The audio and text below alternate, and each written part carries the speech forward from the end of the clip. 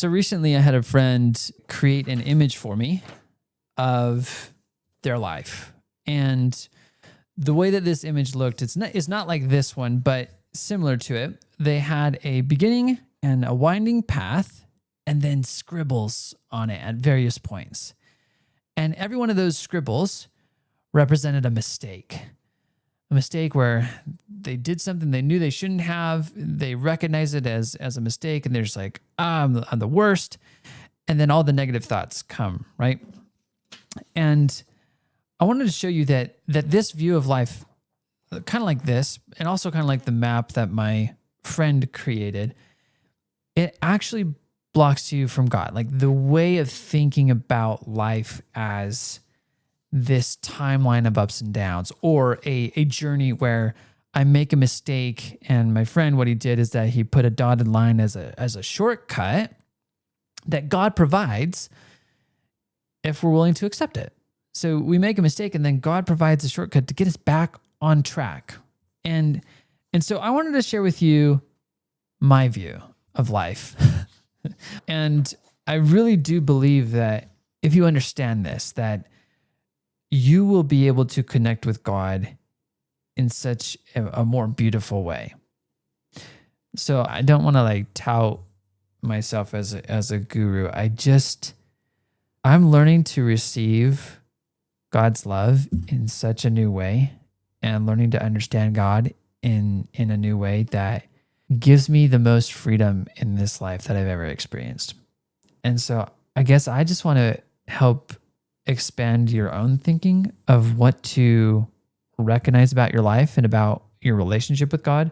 That will help you to not only hear Him every single day of your life, but to be able to build such a relationship that you can then live in this same kind of freedom that I'm experiencing. So if you're open to that, then keep watching to the end and subscribe, because if you subscribe, then more people think, hey, this guy's cool and legit, and I should watch him too. And we're almost at 20,000 subscribers, which is really fun. So please do that and share it with a friend.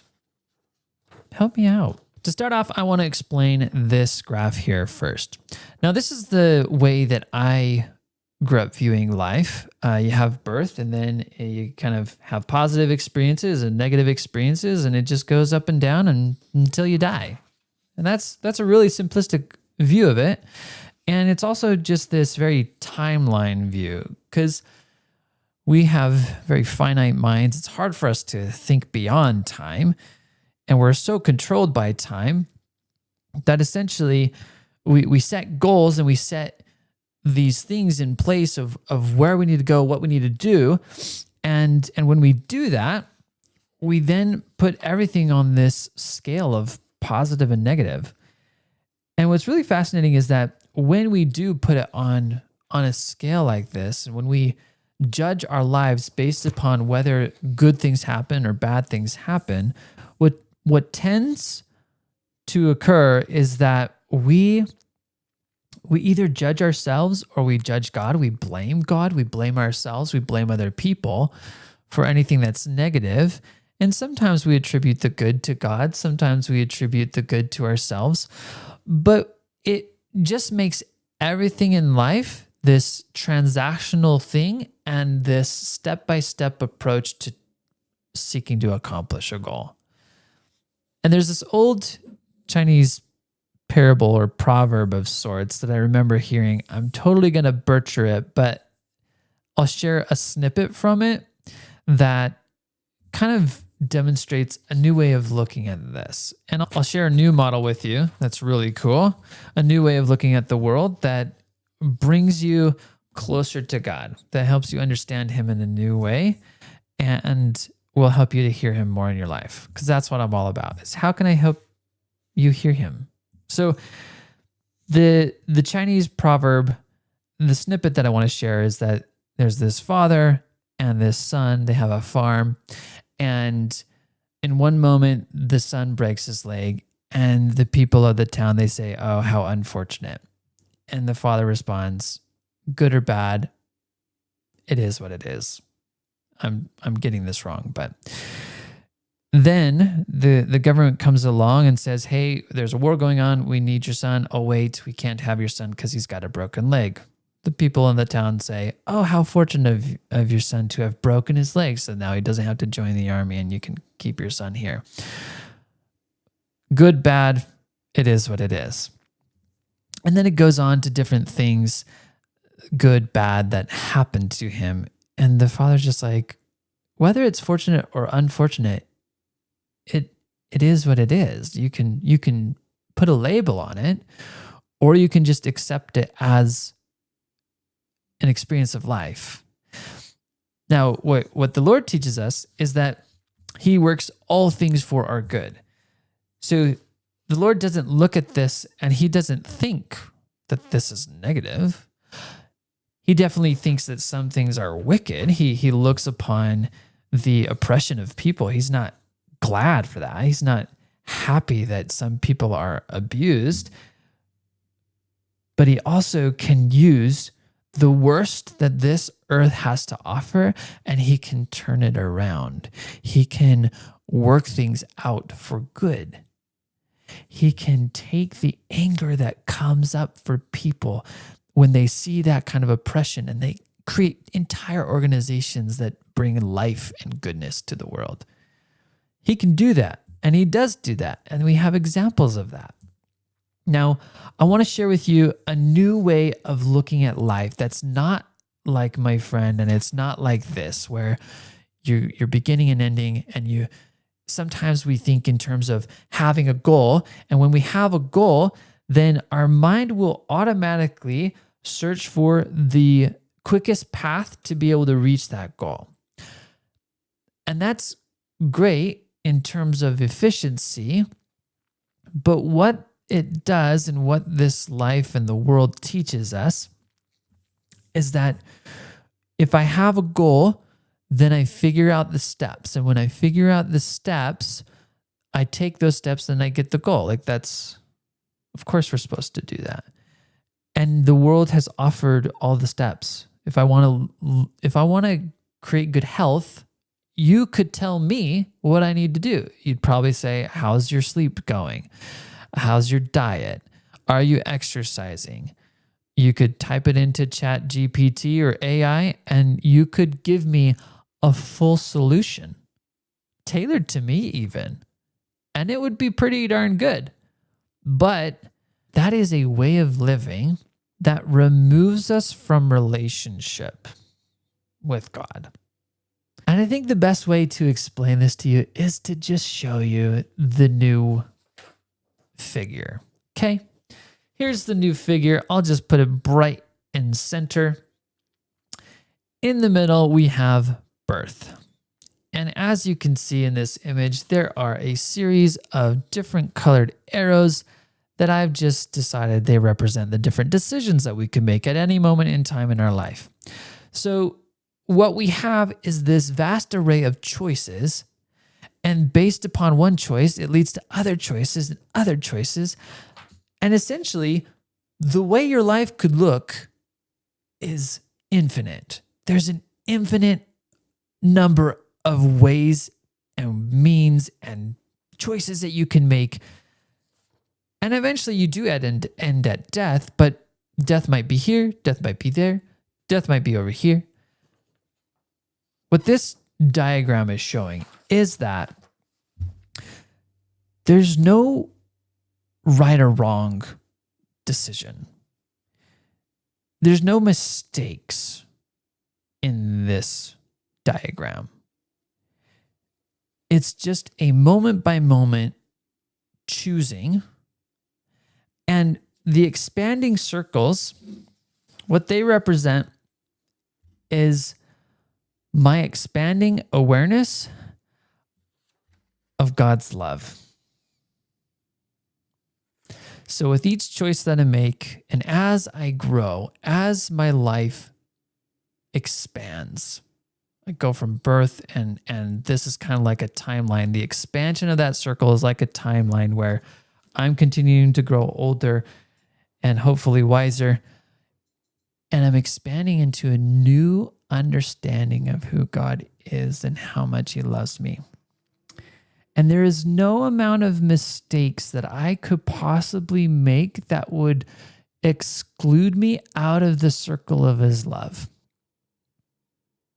In other words, there's nothing I could do that could stop God from loving me, that could somehow break me out of this circle of his love. I make a new decision, there's a new circle. It's expanded. He loves me in that. Different decision, this one's red, so I think it's probably a mistake. I made the wrong choice. Oh, Jesus' love expands to encircle that too. He loves me still. So if there's no shortcut, if there's no perfect path to follow, then what is the purpose of life?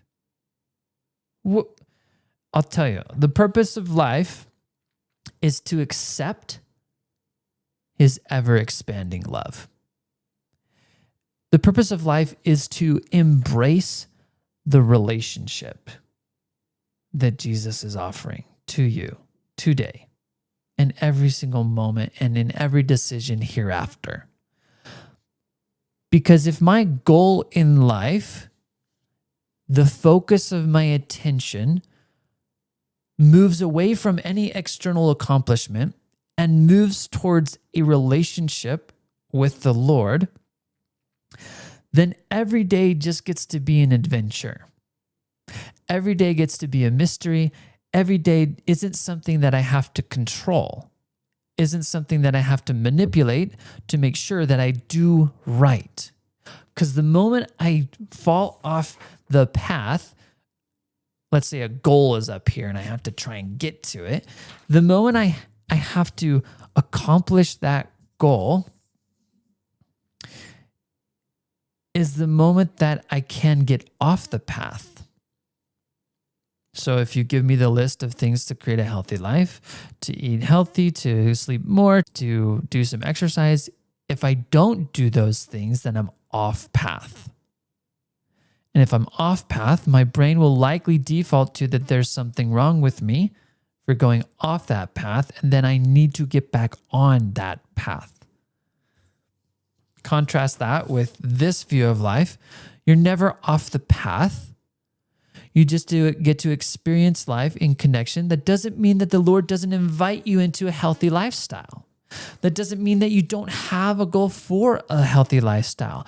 The difference is that instead of me focusing on a set of practices, a set of actions that I must follow in order for me to achieve what I want to achieve, I focus my attention on a relationship with the Lord and asking him, what's my next step? How do I live today? How do I approach my health in this moment?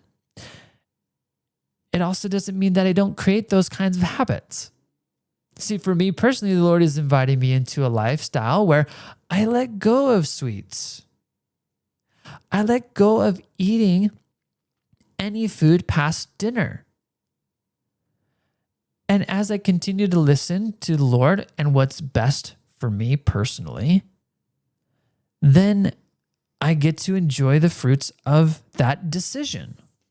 There's no wrong or right about it. If I fall, if I don't honor what God is inviting me into and what I have heard God tell me, then it's not like I'm outside the relationship. It's not like I've messed up. It's just you've chosen not to honor what God's invited you into. You've chosen to take a path that will lead you to less energy. And you know what, Tyson? I just love you anyway. I'm just so glad to be with you. Even though you're choosing to move away from me, eventually you'll get to the point where you want to choose to follow what I'm telling you to do or what I'm inviting you to do.